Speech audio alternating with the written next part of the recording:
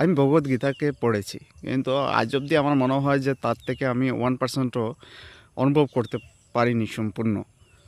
আর সেটা থেকে আমি একটা কথা বলতে চাই আমাদের সম্মুখে, আমি ভগবদ্গীতার মধ্যে কর্মযোগকে আমি খুব বেশি বিশ্বাস করি, এবং স্বামী বিবেকানন্দর সেই কর্মযোগের সিদ্ধান্ত, বেদান্ত সব কিছু মিলিয়ে আমি আমার জীবনের মধ্যে একটি কনক্লুশনে এসেছি। আর ভক্তিযুগ, এই দুটো যুগের মধ্যে মানুষের মুক্তি সম্ভব। আপনারা দেখবেন যে আমাদের বহুত মানুষ বলে আমি ভগবানকে বিশ্বাস করি না। আচ্ছা ঠিক আছে, ভগবানকে বিশ্বাস করো না, নিজের কর্মর ফল সেটাকে তোমার বিশ্বাস করতেই হবে বস। আর সেটা এড়িয়ে যাওয়া সম্ভব নয়।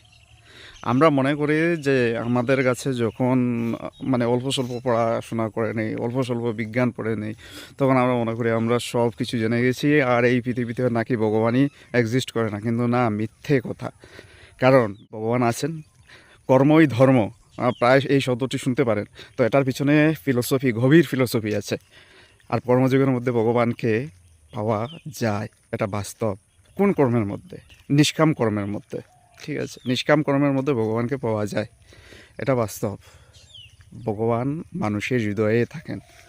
আর ভগবানকে খুঁজতে হলে সবসময় বাইরে যেতে হয় না। তোমার হৃদয় যদি ঠিক না থাকে তাহলে তোমার সব কিছুই বৃথা, তুমি যাই কিছু করে না, এটা বাস্তব।